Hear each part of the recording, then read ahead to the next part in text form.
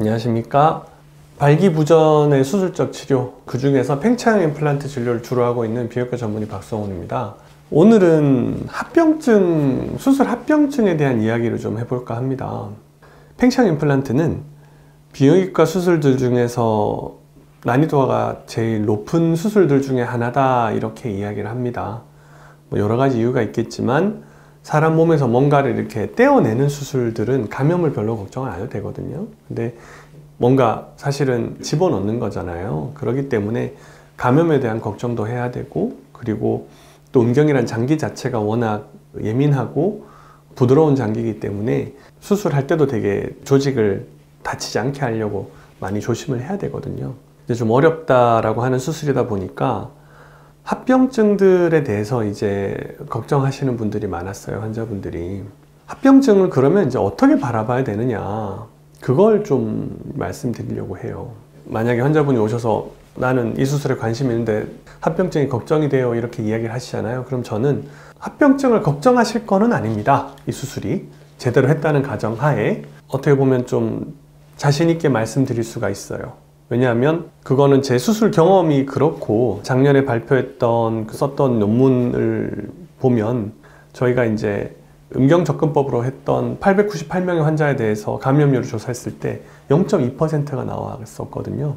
물론 0%는 아닙니다만은 전 세계에서 나왔던 그 어떤 논문보다 낮은 수치입니다. 그리고 그 0.2%의 환자들은 사실 그 케이스들은 처음 수술 받은 분들이 아니고 합병증이 생겨가지고 여러 번 고생하시다가 저희 병원 오셨던 거예요. 안 생겼을 수도 있겠습니다만은, 왜냐하면 그렇게 감염이 생겼다가 재수술하는 경우에는 합병증의 비율이 뭐 10에서 15% 정도 나온다고 돼 있거든요. 사실 처음 수술하시는 분들에게서 감염을 16년 4월 이후로는 제가 보지를 못했거든요. 그렇기 때문에 수술 자체에 대해서는 막 제가 이야기할 때 저는 자신 있습니다 라고 말씀을 드려요.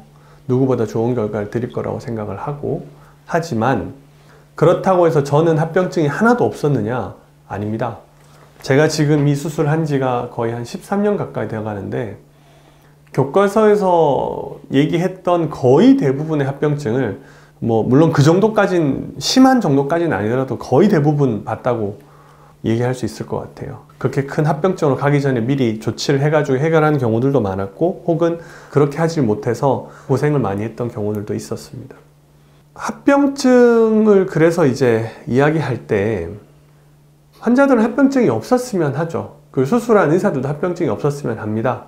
하지만 그게 없을 수만은 없는 것 같아요. 최대한 줄일 수는 있으나, 왜냐하면 사람 몸이라는 거는 다 다릅니다.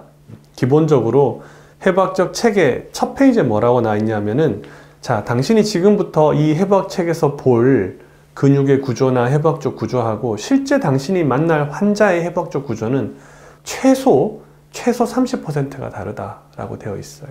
환자 개개의 편차가 크고, 그리고 안에 어떤 상황이 생길지가 모르고 굉장히 다양한 변수가 생기는 거예요. 현실적으로는 아무리 누가 하더라도 합병증이 생길 가능성도 있다. 항상 그럴 여지가 있음을 알고, 그거에 대해서 환자도 의사도 인지를 하고, 합병증이 생길 수도 있으니까 항상 그거에 유의해서 보고 그거 안 생기도록 최대한 노력을 하는 게 저는 맞다고 보거든요. 누군가가 합병증이 없다고 얘기하는, 만약에 나는 한 번도 그 합병증을 경험해 본 적이 없어 라고 누가 얘기해 본다면, 이제는 제가 어떻게 생각하냐면 그건 아직까지 수술을 충분히 해본 게 아니다 라고 생각을 해요.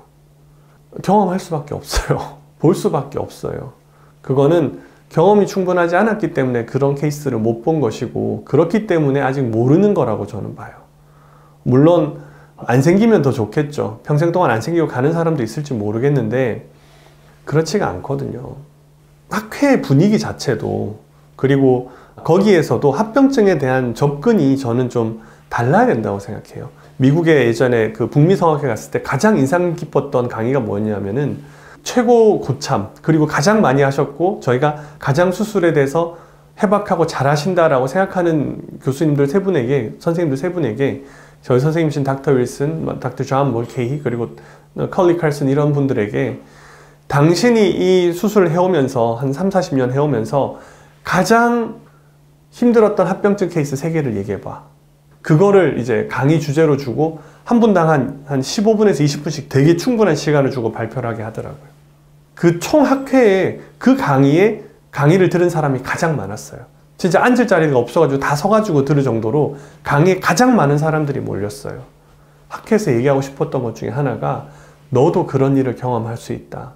그러나 그랬을 때 당황하지 말고 침착하게 내가 경험했던 거를 보고 너가 이렇게 잘 매니지하면 큰 문제 없이 환자를 해결할 수가 있다. 솔직함인 거죠. 기본적으로. 내 경험에 대해서 제대로 전달하려고 하는 거예요. 아, 나도 한 명의 인간이고 나도 이런 합병증을 경험할 수 있구나. 인지를 하고 겸허히 받아들이고 겸허히 받아들여야 그 다음부터 열심히 노력을 하게 되거든요. 최선을 다하게 되는 거라고 저는 생각하거든요. 그래서 그런 철저한 자기 반성이 있어야 수술한 의사들은 발전이 있을 수 있다고 생각해요. 한 번 생기면 정말 밤잠 못 자고 괴로워하게 되거든요.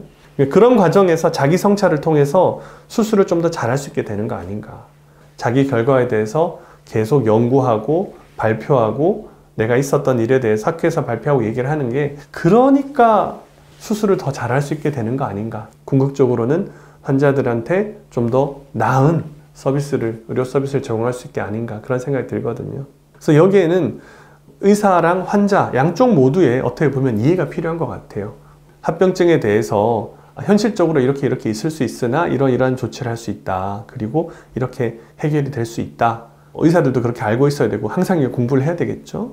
하지만 그렇다고 해서 내가 합병증이 생기는 거를 정당화해서는 안 되는 것 같아요. 그거는 뭐 당연히 생길 수밖에 없어 이렇게 얘기하고 넘어가는 게 아니라 생길 수도 있으나 내가 사람이기 때문에 하지만 안 생기게 최선을 다하고 최선을 다하더라도 불가역적인 상황이 생기면 그때는 환자에게 투명하게 얘기하고 최대한의 빨리 조치를 한다. 환자들 입장에서는 현실적인 기대치를 가지는 것이 필요하고 의사들은 그런 한계가 있지만 완벽에 가까운 결과를 낼 수 있도록 최선을 다하고 양쪽이 현실적으로 수술에 대한 그 결과나 혹은 확률에 대해서 이해를 하게 되면은 좀 더 결과가 좋지 않을까 그렇게 생각을 합니다.